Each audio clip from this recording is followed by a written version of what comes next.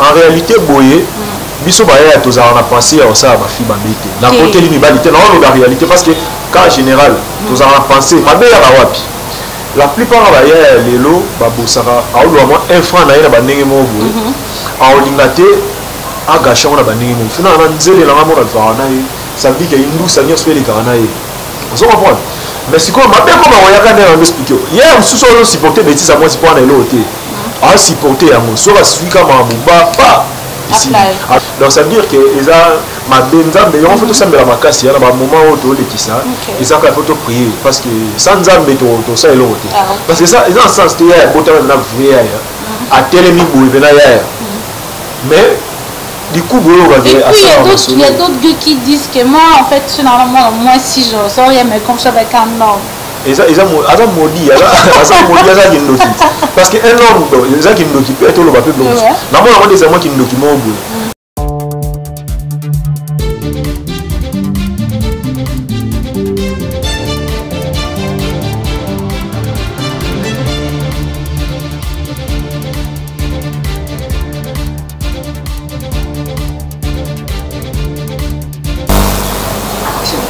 Bienvenue sur Kuli Media Télévision, j'espère que vous allez bien, moi je me porte aussi très bien, merci. Merci à toutes ces personnes qui nous suivent de loin, partout dans le monde entier. Je sais qu'il y a Francine Mavipi qui nous suit de chaque jour, merci à Maître Doge depuis Orléans, merci à Kraku Herbaka, Pasteur Aoul comme je te dis bonjour. Aujourd'hui je suis avec Benji, hein, mais c'est Benji, tonton Benji. Dans des cas au monde,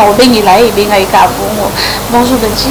Bonjour Myriam. Vous allez bien? Ouais, très bien mise en place. Un petit mot à tous nos abonnés parce que c'est la première fois que je te présente qui est Benji. Voilà, avant de commencer, je salue déjà Tabitha Makembo, la blanche, moi ça Pembe.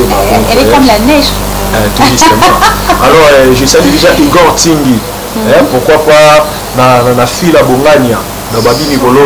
Idéologie toujours. Le roi des NZT. Alors, je suis chroniqueur Nengemonayo. Je m'appelle Benji Mbela. Donc, j'évolue aussi, donc je fais la chronique. Voilà, c'est ça que je peux te présenter. Oui, un petit présentation en fait, un petit nom. Tu travailles où? C'est quoi ta chaîne déjà? Oui, je suis dans un Makengo TV. Je travaille là-bas.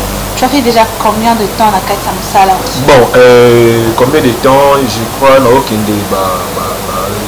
7 à 8 mois comme ça. 7 à 8 mois. 7 à 8 mois comme ça. Ça se passe bien?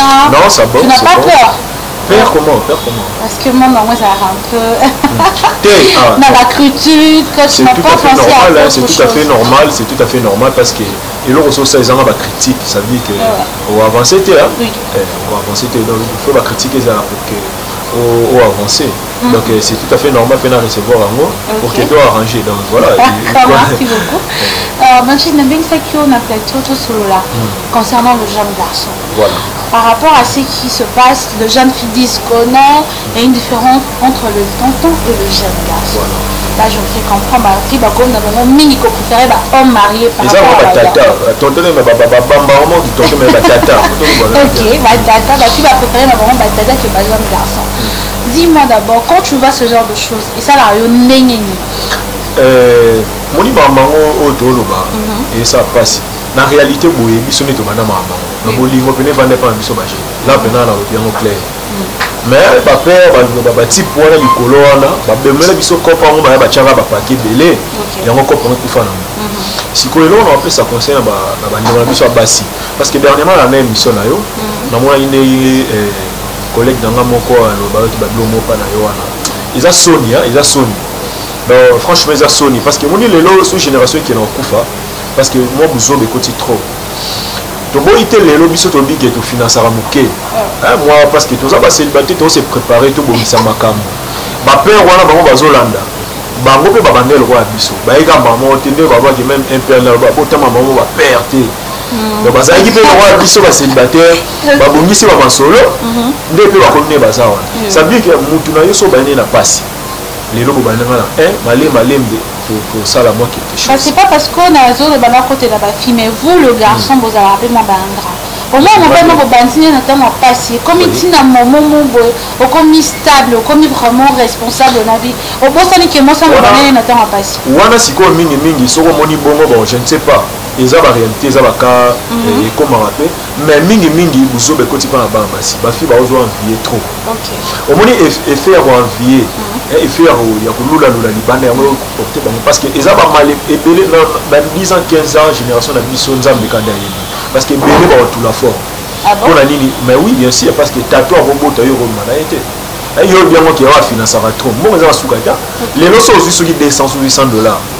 Nde ngolo ba kefine suki wana non ils a bêtise ça veut dire que conscience a mutu fait bandozonga fondi mananga pena lelo na bikedi to liangu ba nzela nzela mais comment on banqueti dans dimanche le bikedi parce que au sala non c'est ça c'est le sala moni so za c'est le sala on inquiété parce que et là on va ça la faut ça déterminer donc so on dit ba doute vous doutez déjà comme on a ces conseils l'autre non ils n'ont pas douté ils ont parce que déjà on a vécu ça on dira pas on va pas dire que non on a la réalité au moins il y a des jeunes au hasard en piaka amoni kenzele na ye a tricher tant que son muto moi aux financier vous comprenez tant on a financé kuna ngana on maîtriser plan sous ba piaka na ndenge mobu na maîtriser la temps wana mais ce que tu as aux hommes na ngana 20 marambu na teke na obaluta non pas noter non parce que non pas noter pourquoi parce que aussi te supporter parce que supporter il faut que tricher matin non mais parce que l'empire on a dit là mais les éléments les la réalité parce que là on dit on a il y a beaucoup de réalité là c'est clair là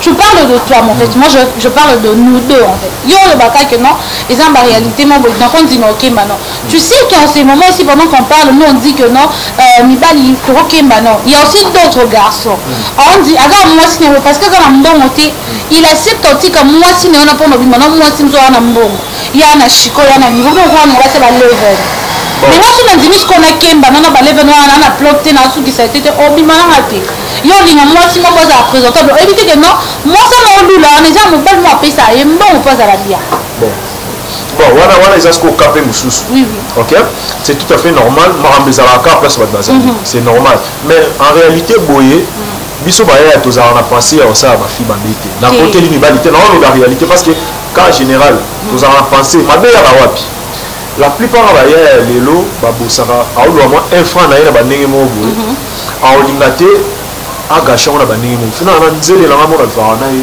ça veut dire que indu ça n'y speli kana ye on comprend mais si quoi mabe ko ba oyaka na ndo expliquer hier mususu on supporter bêtise à moi si pour na eloté a supporter ya mo so ba suika ma buba pa ici alors qu'est-ce qu'on disait là bien donc voilà bah il y a peine mususu ba bunga na on dira bazali ah za game ba ndenge mo ba zuma solo moi ce qu'on a conseillé ba jeune moi si on peut comprendre que à tout ça car bon vivre en là ba moment tout donc ça sert à rien peut-être il y a renégligé parce que moi si les wana supporter mbala moi passe tu as bien parlé merci de changer ce code qui est deuxième volet maintenant on parlait de filles qui aiment le data on parle maintenant de garçons qui deviennent de gays pour de l'argent pour de basket pour de chaussures maintenant quand tu vois ça ils ont que les garçons baza ba fainéants tout baza ba complexé ah mais ce sont des fainéants OK ma ba vrai fainéants baza ba inconscient comment est-ce que bon parce que babi ninga ba ke elo nyonso mobali un homme il faut toujours à créer dans l'autoprise en charge tout le karaté tout envier mbangu pour te gagner n'a pas ça conseil neti ya ba jeune sous bana cop à cirage mais les autres ça ça les lois emmener voilà toquer na ba demande d'entrepreneuriat autoprise en charge etali mututu les faits kaka au créer et l'on va vous kende comme emmener to lingi ko créer té ce sont des fainéants bali ko lukaté balingi ko envier au lieu de créer parce que les leçons où ils disent que na tchembe ça même yango na mona ko ba jeune batika maleo oui bazar oui na mona jeune batika na mikate obenge zo ba yono que ça showbiz c'est spécial non c'est ça qui se fait dans le monde c'est ça qui se fait ça partout mais ça phénomène mon beauté d'autre part bon tu es bien à expliquer on ça va parce qu'il y a un moment avant qu'on puisse vraiment voir ce qui se passe bon et clairement avant le gay zaki ba aux agues mais au batama mais et comme il y a avant c'était le bébé Bouchou que nous on accord le bébé Bouchou est-ce qu'on a d'accord la gueule dis-moi tu vas avoir un homme bon il est bien et puis bah on va changer ça c'est des fois on a bon bah pas la bonne on va faire un bon tonton un bon homme comme ça gueule ça peut toujours arriver un gueule d'orange voilà ah mais bien sûr on a écouté alors si tu là bah moi on a vu ça bah il y a bah médias Nazara dérangé plusieurs fois donc et ça me fait mal parce que on a tonton on est là hier oh hier tant ça musala tout ça va mal mais comme il a si mal on met tout bah nini ça va mentir Donc ça veut dire que ils ont ma benzambe on fait tout ça mais la makasi na ba moment où to lekisa ils ont faut prier parce que sans nzambe to ça elo te parce que ça ils ont sens te ya bota na vrai ya a telemi boui bena ya mais du coup et puis il y a d'autres gars qui disent que moi en fait normalement moi si je sors rien mais comme ça avec un homme ils ont maudit parce que un homme ils ont qui nous peut être le papier blanc normalement des hommes qui nous qui m'ont parce que ça normal en réalité bon il y a solo mal na banzele bon ndi malamo bon en plus phénomène on va sous sonité yango ba oto so les étapes wana na ndinga mabete eza ba vie na bino mais bo lukanzela nzambe franchement to lukanzela nzambe ba moment to lekisa Jésus revient bientôt moment où il y a to yeba.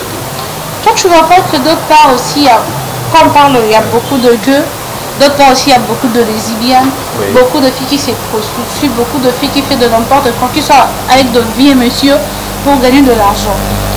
Tu vois pas que déjà de A, sur l'anzina, 4 bâtons, balinga au salati. Des fainéants. Surtout notre génération, ils sont difficiles au monde, c'est ça le problème. Moi, je me rappelle avant, quand on était dans le de petits, on voyait beaucoup de gens dans la cabine, le garçon, dans la cabine, beaucoup de garçons. En fait, Tolin qu'on crée, Tolin qu'on apprend à aider, moi, des fois, quand je suis à la maison, non, là, mutumo andimi asane musala kindumba mutumo andima comme un PD pour une basket à $50. Mais tu pourras aller trouver un boulot. Donc voilà, il y a mon on a dit que tolingi facilité na mbala moko. Tolingi te que okemba au trésor nzela na yo buka buka pour lobby o bimisa mbuma moko. Parce que lelo toza Makemo TV nazabi na ba chaîne oyo tozali exemple BKG télévision si ça vit loba parce que eza ni to banega maman te ko m'appeler solliciter. C'est-à-dire que tozali na ba moment moko pe to banda okemba. Oui, mais là, au sein de la mission, il y a 3 vies. Donc ça veut dire que les moments passent. Si comme un moment, on essaie de résister pour les pour créer un moment. Biso to lingine ni, to linga ko saler le rozumbo. Donc saler la facilité aux yeux.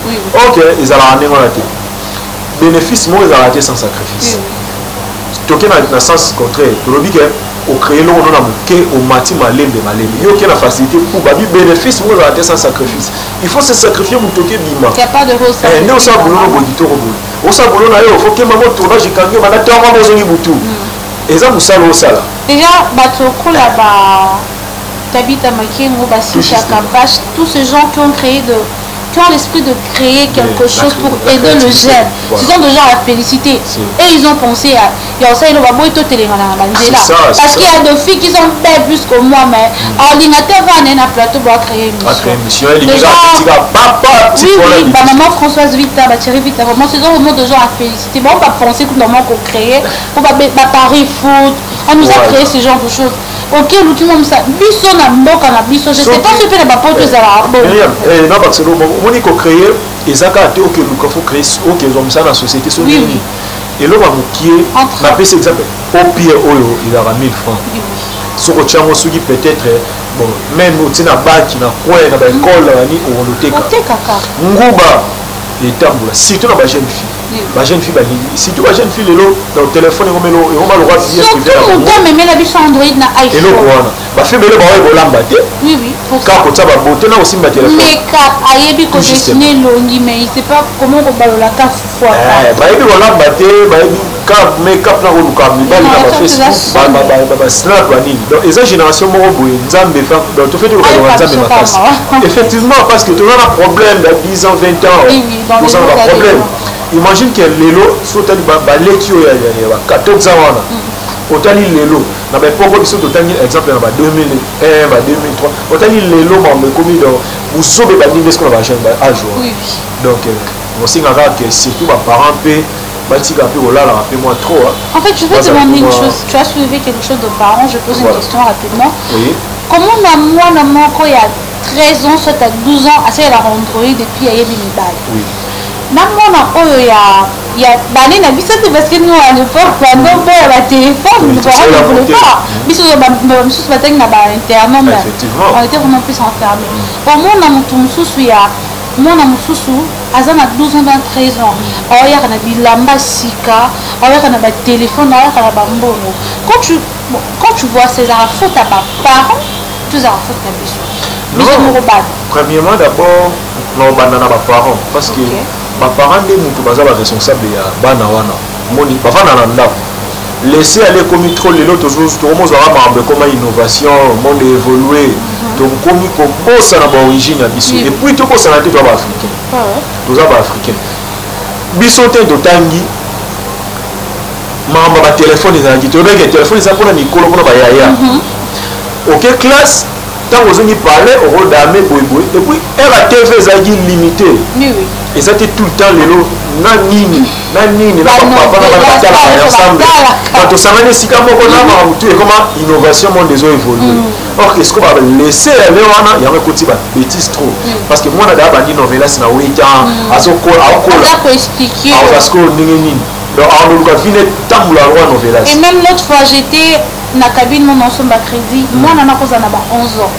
Tu imagines en bête la mninga na l'histoire et film Spartacus. Tu vois film aller les carnavals il parle de tout en fait. Voilà. Alors qu'on expliquer je dis mon Dieu on a que la mission vraiment. Donc ils a pas si on a condamné les parents bazana bien que les parents batika bamboana parce que mambo ba innovation wana la mambo soki ni to garder culture to ko beaucoup cette culture na biso africain pour la innovation moi na azana na moment ya classe tout la humanité en réalité moi na simba téléphone ta a constaté classe moi na téléphone so moi na simba téléphone na sisi classe na ngai ni na komi je ne ba lui sommer na téléphone to penser na moto tout en classe ndenge mususu à l'époque parce que bilo on est là été le téléphone internet c'est comment faciliter moi nous avons comme tu as les réseaux sociaux c'est cool donc to éviter bilo ko na bana to garder le rigueur na biso na bana donc tout le monde s'acquitte na biso parce que il y a même de ça là que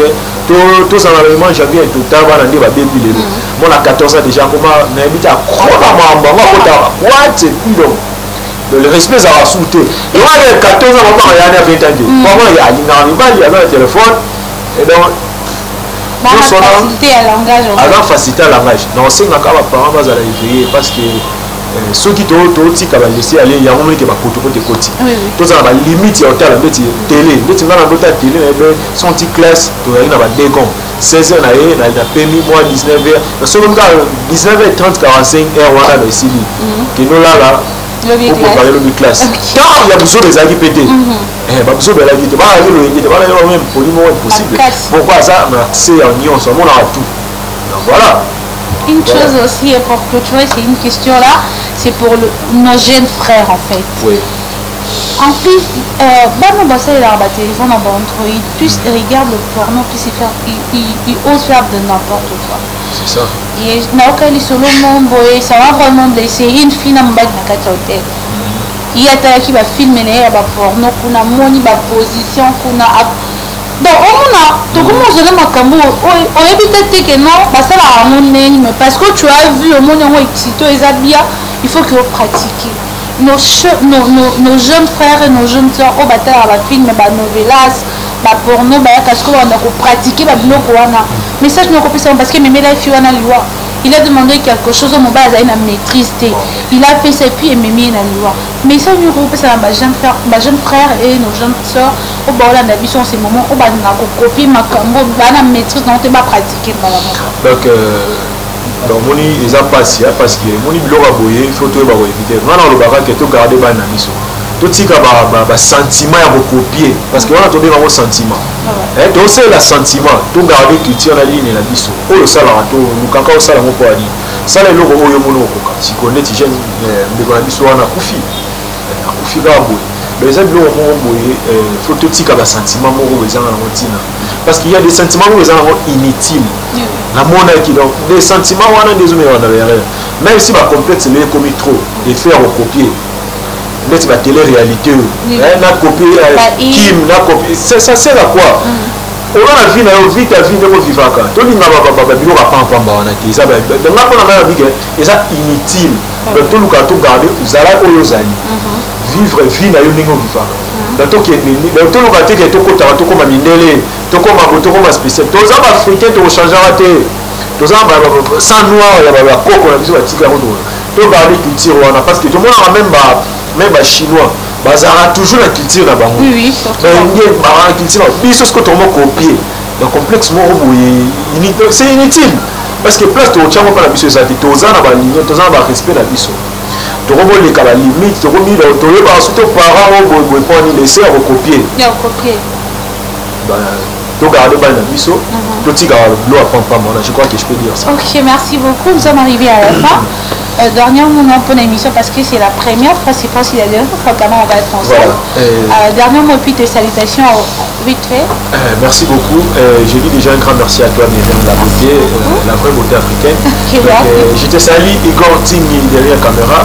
Alors moi de la fin des amis, tout le gâteau se fait culture. Au bon niveau, biso toi congolais.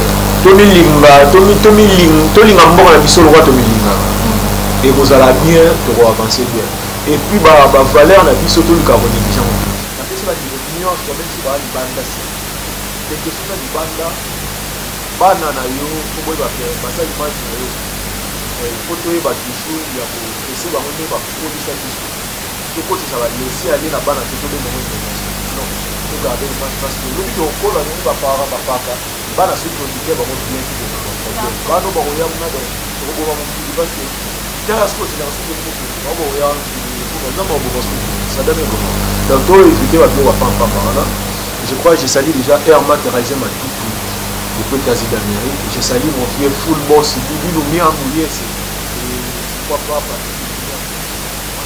pour la beauté et de donc Jean-Simile Maïdi un grand merci à Bino et pourquoi pas garçon si nous moi l'envoie et puis la six salutations Yahweh Mabanza garçon noir en tout cas merci beaucoup. Ok, merci à toi aussi, merci à tous nos abonnés de tous les médias de télévision.